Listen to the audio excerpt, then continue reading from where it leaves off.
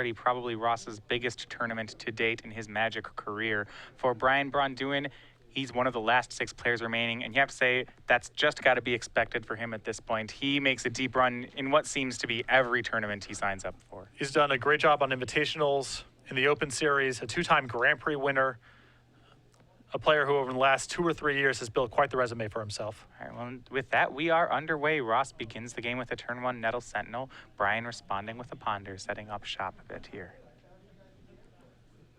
I think if you ask Ross, you know, have you lost more matches with Elves to Umezawa's Jitte or every other card in Legacy combined? There's a very good chance the answer is Jitte. So how important is it then for Ross to get game 1? You have to think for the post-board games, Brian will have that Stoneforge Mystic to go get Umezawa's Jitte. Definitely. Being on the play game 1 against a deck with no copies of Umezawa's Jitte and only 2 copies of Swords to Plowshares, 2 main deck copies of Pyroblast, Brian's deck's going to get a lot better post-board. So if you're Ross, you really want to get this one. All right, turn 2. Ross swings in with Nettle Sentinel, plays Quirion Ranger to untap it. Brian drops down to 18. And that is it. It's a very conservative turn 2 from the Elves pilot. We'll go back over to Brian, see what he has in store here. Land for the turn. A lot of counter magic in his hand. Looks like not 1, but 2 copies of Force of Will. Also, Young Pyromancer. That's going to be the play here. He'll get a free elemental with Jataxian Probe. So we'll see what got sandbagged here. And I suspected that Glimpse would be in Ross's hand, and it is. Usually if your draw is a little bit on the slow side, Ross didn't mulligan. It probably means he's trying to keep some creatures in the holster so he can Glimpse. Yeah, I was setting up for a big turn 3 here. You see Gaia's Cradle and Glimpse of Nature with 2 1-drops. Ross really hoping for a big turn 3. Now, Brian with Force of Will in hand, and Ross's hand doesn't do a whole lot else if this Glimpse fails to resolve. It's just creatures. Now, Ross Merriam actually, in talking about the matchup, said that while it's typically a good matchup for him, the inclusion of Young Pyromancer is actually problematic. It's not a creature he can kill before sideboard, and his plan B, where they just start attacking with creatures, oftentimes Elves uses that to threaten the control player into action. But with Young Pyromancer, Ross really doesn't have that line available. Exactly. He has to combo through to win once Brian develops a significant board. All right, and we are underway. Glimpse of Nature for Ross. See if Brian counters, and very quickly he does so, pitching Brainstorm. Yeah, no hesitation. That's, you know, one of the linchpin cards of Ross's deck, and on top of that, Brian knows the contents of Ross's hand, and it doesn't do very much without that Glimpse. Ross does still have mana available, though. Gaia's Cradle right now tapping for 3. Ross having 3 creatures in play.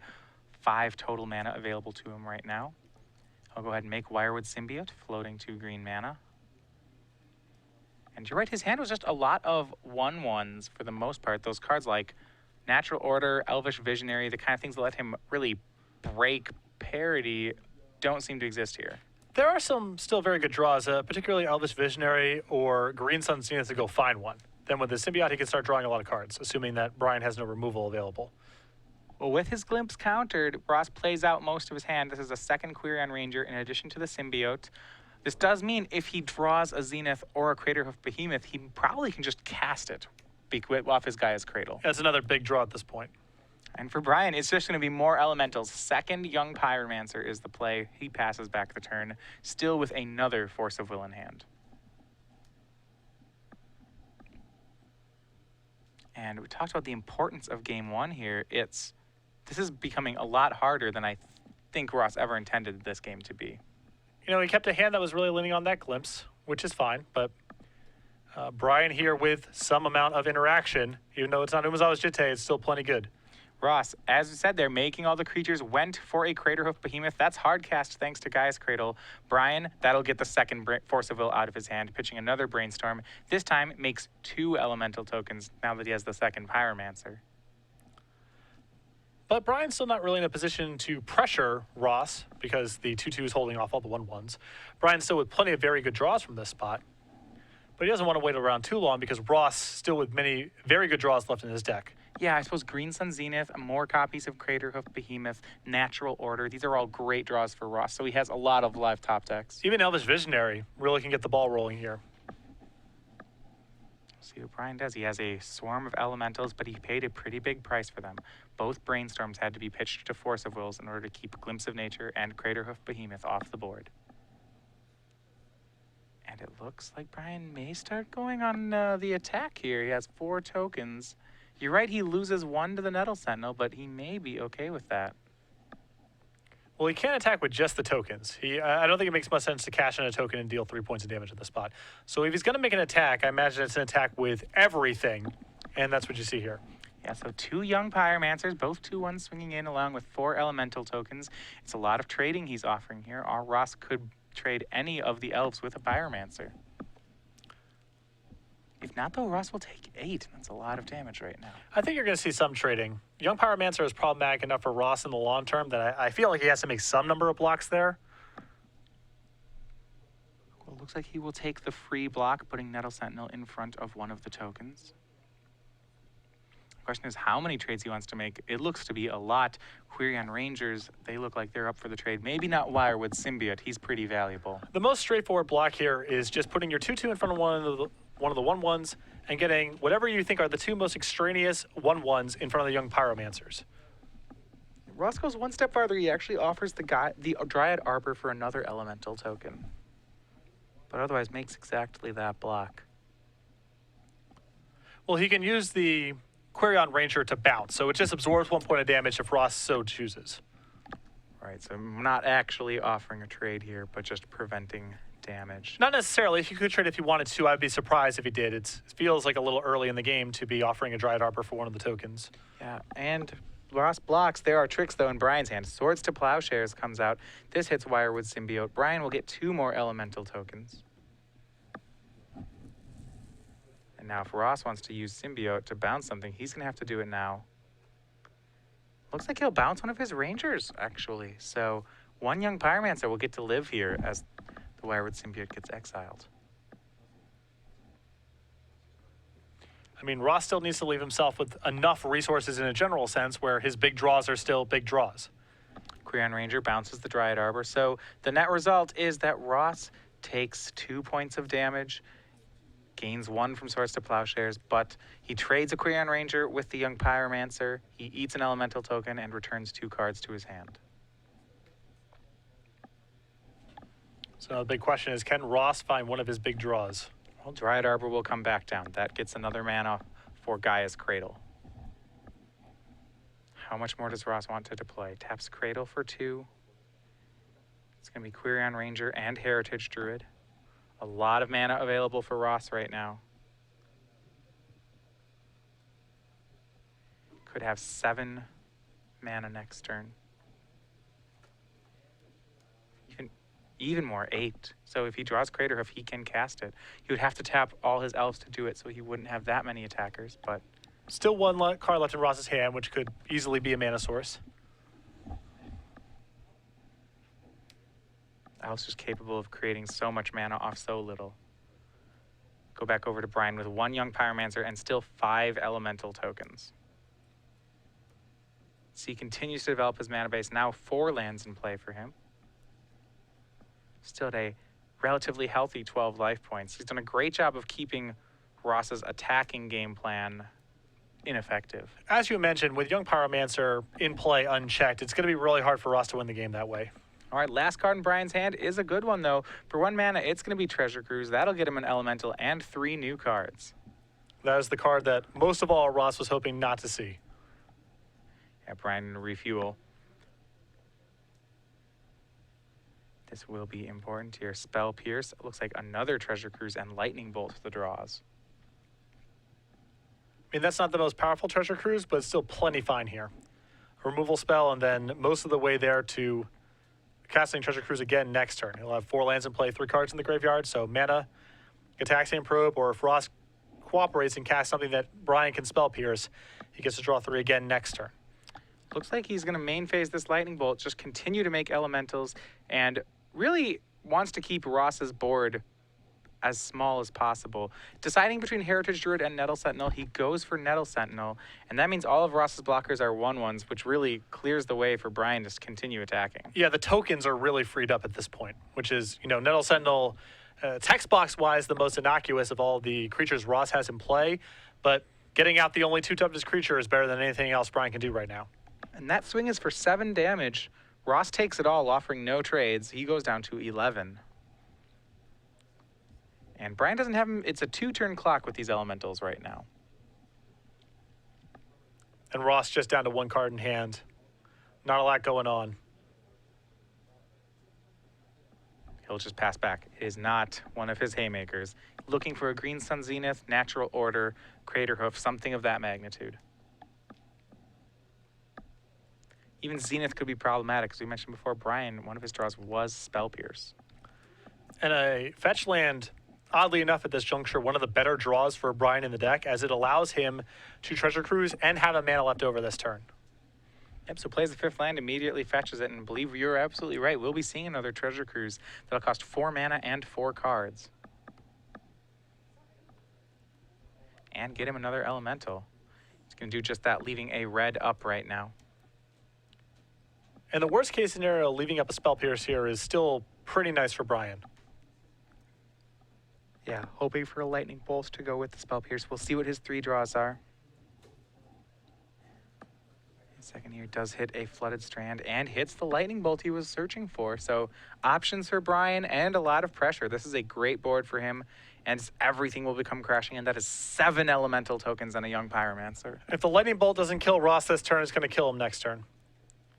If Ross takes all 9 of this, Brian can bolt him, and that is what's going to happen. So game 1, a little bit of a break of serve here. Brian, on the draw, takes the game with Jeskai Stoneblade. That's a huge win, as now Brian gets to cut out the Pyroblast out of his deck among some other inefficient cards and get a real sideboard, among which is Umezawa's Jitte.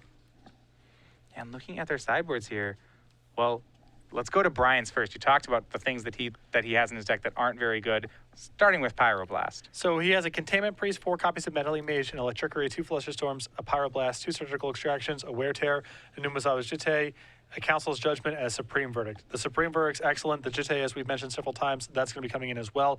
The 1 copy of Electricity and the Containment Priest. Those are some real upgrades for Brian in the matchup.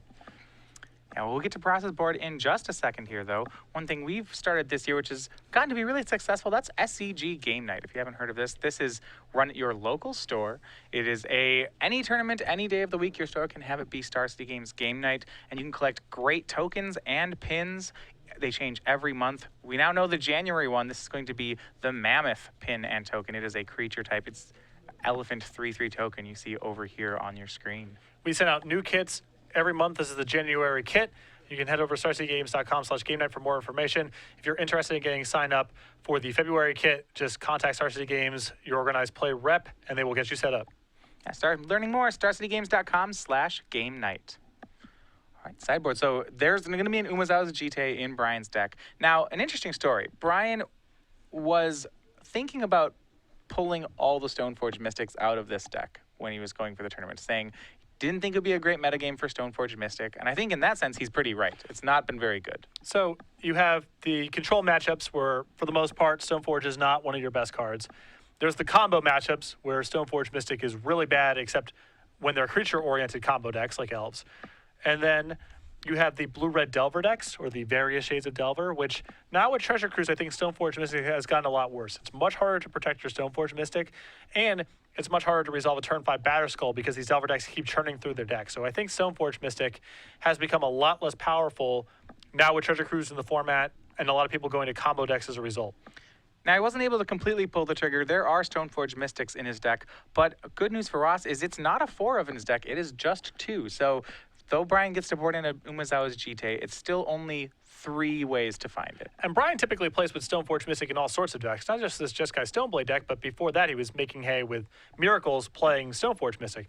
Typically what you see is 4 copies, at the minimum 3 of Stoneforge Mystic, alongside Batterskull, Umezawa's Jitte. Sometimes you see a sword in the main deck. Often you'll see a sword in the sideboard. Brian has really de-emphasized that element of the deck. Only 2 Stoneforge Mystics in the list, 1 Batterskull in the main deck, 1 Jitte in the sideboard, no swords. It's really a secondary element of his deck for this tournament. Now, looking at Ross's sideboard, there's not too much that is great for him here. Progenitus, though, that's something you often see them go to in this kind of matchup. You often do, though Ross is very conservative about siding in Progenitus. He only wants it for matchups where it's going to be lights out, or he feels there's no chance of assembling critical mass with Critterhoof Behemoth. So, no, given that he's brought it in here, I think that the 3 copies of Abrupt Decay are a must now, especially with Umezawa's Jitte in the deck. Containment Priest is also problematic. I think the 1 Reclamation Sage comes in for the same reason. The 1 Scavenging Ooze is pretty good against a deck that primarily has Bolt for removal and is trying to get to Treasure Cruise. You also might see some of the anti-artifact cards as well, like Pithy Needle and Null Rod come in.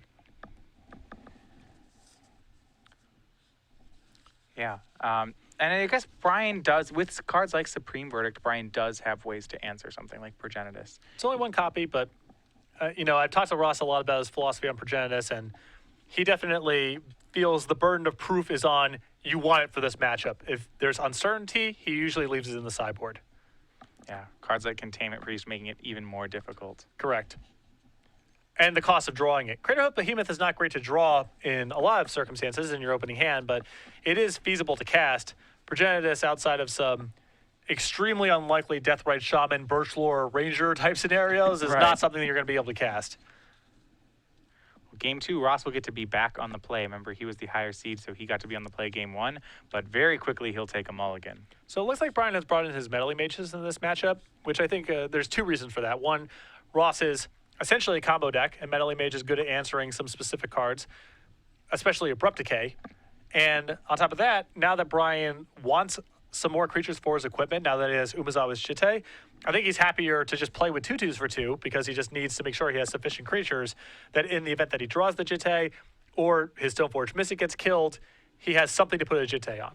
Yeah, well, one thing we actually saw last game was the fact that Brian had a lot of creatures in play really did hinder Ross. It was the kind of hand where Ross would normally like to just go on an aggro strategy, and something as simple as a 2/2 for 2 can actually do damage to Ross's attack you game plan. Yes. Young Pyromancer is definitely the better of the cards as far as that's concerned because the sea of 1/1s is problematic, but I think Brian can take a much more, a red zone approach to the matchup. He can attack a little bit more now with Meddling Mages and equipment that matters in his deck. Well, game 2 is going to begin a lot like the first. Ross starting out on Nettle Sentinel. This time, Brian just has a land and plays back. And we'll see what Ross can put together. Starts out with a swing, putting Brian down to 18. We've seen the beatdowns before from Ross. They were not that effective game 1. Yeah, he was only able to get Brian to about 12 before Brian shored up the ground. And this time it's going to be Elvish Visionary, hoping to untap. He untaps Nettle Sentinel. We'll see if it resolves. Indeed it does. Card for Ross, and we'll be back over to Brian. So Ross may be settling in for a little more card advantage this game. Now with one of the fast combo style draws. So Brian's got a Bolt in his hand. Neither one of these creatures is a very attractive target, but mana efficiency is also at a premium here. So I think Brian probably passed the turn thinking to himself, I'm going to bolt the most reasonable thing I can bolt, even if it's not an ideal target, and he decides to do that on the Elvish Visionary, making sure Wirewood Symbiote does not become a problem down the line. Right. If Ross had played Wirewood Symbiote and Brian did not have mana up for it, then Ross would get to bounce the Visionary, netting him an extra card. Too complicated there. Brian just wants to take care of the 1/1 while he can. You see, with Ross's board left to just a Nettle Sentinel, Brian will take the opportunity to ponder here. So looking at Source of Plowshares and Stoneforge Mystic. Great 2 cards. Supreme Verdict is also in Brian's hand, so he has plenty of answers left. We'll go back over to Ross. If the game starts going late here, Supreme Verdict and Umezawa and Stoneforge Mystic should be pretty good at dispatching Ross's strategy. Brian's got a lot of excellent ways to close the game out once he's stabilized. So can Ross keep the pressure on? It'll start with an attack. Brian down to 16 from Nettle Sentinel. And he's got a good amount of removal and counter spells to get him to that point. That's why I thought it was so important for Ross to win game 1, because post-board, Brian's deck becomes a lot tougher to beat. Oh, Ross will go for Green Sun's Zenith for 2. Can he get an Elvish Visionary? Brian will have none of it. It's Spell Pierce that will take care of Ross's play for the turn. He has nothing else and still is just left with the board of Nettle Sentinel. Brian has done a really good job of, being able to play back on the draw here. He's been very efficient, had something to do on the end of Ross's second turn, had a productive play on Ross's third turn, was able to ponder in the meantime. And each time after Brian answers Ross's play, he cantrips and then sets up to answer the next one. We see him doing it again. Turn 3, Brainstorm. Does have plenty of lands, but it's just building up to the late game. He's got an opportunity here to say, all right, here's Stoneforge Mystic. Can you answer that? If not, you're probably dead. And if so, and you can build up a board, then Supreme Verdict takes care of that. He's also got some removal spells to help along the way in case Ross kind of splits the difference, doesn't apply a lot of pressure, but is able to keep Stoneforge Mystic from becoming active. Yeah, and that's why he's tanking so hard on these lands here, because he knows if he makes Stoneforge Mystic, he's going to have to shuffle them away. So it's not necessarily true that he'll draw both of those again. He has a lot of control over what his draws look like. Yeah, plays the third land, does not shuffle though, passes back. Ross swings in again with Nettle Sentinel, putting Brian down to 14, but still with just one creature board. This time he'll untap Nettle Sentinel with Wirewood Symbiote. Does have more mana than he's had in the past, thanks to Gaia's Cradle. Maybe he can get something like a natural order off here. When Ross played against Reed, Ross was extremely conservative about playing against sweepers. It's a little bit different here because Brian doesn't have nearly the same number. But I wonder how much Ross is going to measure his threats. I feel like probably not that much because he's playing against much more spot removal and the threat of Umezawa's Jitte, which makes the fact that Brian has found his one Supreme Verdict all the more powerful. Yeah, Ross that turn, Wirewood Symbiote and Quirion Ranger were played. Used the Ranger to untap one of his forests and replay it, having 3 creatures in play now. And I think you're right, and Brian looks like he's headed for a Supreme Verdict. It won't be backbreaking, it'll just be a 2-for-1. Ross will be able to save 1 creature with Wirewood Symbiote. Well, keep in mind, Ross is already mulliganed, and yes, it may be on the surface a 2-for-1, but first of all, Ross's deck is about building up a critical mass of cards, so his individual draw steps are worth much less than Brian's on average. Also, Umezawa's Jitte is an infinite for 1 if it gets online. And there is the Return to Ravnica Sweeper, 4 mana, Supreme Verdict, destroying all creatures. Ross can only save 1. He picks Nettle Sentinel, but now the board is clear as we head back to Ross for turn 5. He can do nothing but recast Nettle Sentinel. And it seems like every turn, this is all Ross's board ever amounts to is 1-2-2. I mean, Brian's draw has just been excellent both of these games. In game 2, that's not really that surprising because his deck is set up to have excellent draws in the matchup. But game 1, that was the one that Ross needed, and the 2 Force of Wills alongside all the spot removal. And he's done a great job of containing elves, and it has all been without the use of Umezawa's Jitte. Now, Brian may win the game with the card, but it almost seems like he wouldn't need to from here. If you allow elves to build up a board, they can get through Umezawa's Jitte. He also knows that Ross has removal for Jitte, so it's no lock that it wins the game on its own. So I think he just wants to keep Ross's board completely contained. If he happens to win the game with Umezawa's Jitte, great. But if he can play in such a way that, he has backup plans, I think he'd prefer to do that. So what will he do? He will Swords to Plowshares, Ross's final creature. It's Nettle Sentinel, Ross with an empty board. And Brian will do a 1-mana Treasure Cruise from there, restocking his hand back up to what I believe is 6 cards. Plays land 5, and he is just out-muscling Ross on resources. And here's the Stoneforge Mystic, which, again, as you mentioned, out-muscling Ross on resources such that, if this Jitte goes all the way, great. That's winning in easy mode. But Brian has sculpted the game in such a way that it's not a requirement. He can win with bolts and meddling mages and just the backup stuff. Umezawa's Jitte was the find.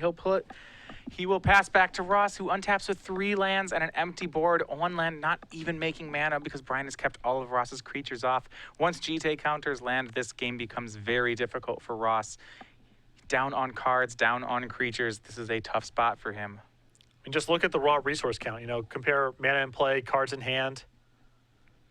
Even setting aside the structural advantages that Brian has at this point, what's happening on the board, Ross is behind that as well. Yeah, Ross with no play for the turn. We pass back to Brian. He fetches for land number 6. Gets to untap with a creature in play, a Jitte in hand, and more counter spells to go with it. He seems like he's in firm control as he will make Meddling Mage for the turn. And I believe this Meddling Mage, if I had to guess, is going to go on Abrupt Decay. We'll get confirmation of that. But if Brian can protect this Jitte, that will certainly be very hard for Ross. So it does. It goes on Abrupt Decay. Stoneforge Mystic swings in, gets 2 Jitte counters. Ross is left with 1 Reclamation Sage as his only way to answer this Jitte, but he does not have it. He passes back. Well, he could have potentially brought in the Needle and or the Null Rod. So there are some other ways to get out of this in his deck, but he's drawing very slim at this point. And Brian comes crashing in here. This is Meddling Mage and Stoneforge Mystic. Just an attack for 3, but more importantly, the Jitte will continue to get more counters. Brian will continue to press his advantage with cards. You see him use these counters to deal extra damage to Ross this turn, pumping Stoneforge twice. I like getting aggressive here because the other way that Ross can get out of this spot in the event that he, can't get the Jitte off the table is if he has some sort of overwhelming glimpse turn. And Ross is sitting there with a lot of cards in his hand. So you just you want to end the game as quickly as possible so there's no hope of Ross glimpsing, playing a million things, and maybe playing over the top of your Jitte. Well, Brian this turn got to Vendilion Click during Ross's draw step, so we saw what we were waiting on this whole time. It is 2 natural orders, a Progenitus, a Dryad Arbor, Glimpse of Nature, and Elvish Visionary. Progenitus, not the card you want to see in your hand when you have 2 natural orders. I guess Ross decided he needed to bring this in because of the threat of Jitte. He wanted to be able to natural order for something that could win the game on a low base. But Ross always complains about drawing the Progenitus, and naturally, here we are with his tournament life on the line. Brian, confident enough, he doesn't want to give Ross another card, doesn't want to risk Ross getting a land because there's nothing in the hand that threatens him right now. The only castable cards for Ross are a bunch of X1s, and there's a Jitte with counters on it in play for Brian. And now Ross is in the squeeze of, do I need to play my Elvish Visionary because I just need to find action, or do I sit back with it and hope that I can build up some outrageous hand in one turn? Well, he'll start with Glimpse of Nature. Play Dryad Arbor, and he'll cast Elvish Visionary. This is just using the Glimpse to cantrip. He draws a card from the Glimpse, card from Elvish Visionary. So got 2 new cards from the turn, but that is all. He'll pass. Brian will use the Jitte to take down the Visionary and the Dryad Arbor. Both of Ross's plays for the turn. And a bolt to Ross puts him down to 11. And Snapcaster Mage on Lightning Bolt. That will be it. 11 damage will come back. And Brian Braun-Duin, 2-0. He's your victor. He's on to the top 4. I suspect that was Ross chucking his Progenitus. If I had to take a guess, probably complaining that he always draws the Progenitus. For Ross Merriam, a great run. This winning his group on day 1. For him, this has been a great season. He has had some of his best finishes on the Star City Games Opens and a deep run in the Players' Championship for him. He will finish in 6th place, which is a great finish for him. For Brian Braun-Duin, Jeskai Stoneblade has been a great deck for him this year. He's had a bunch of really strong finishes on the Open Series this year, always in contention. Is this going to be the time where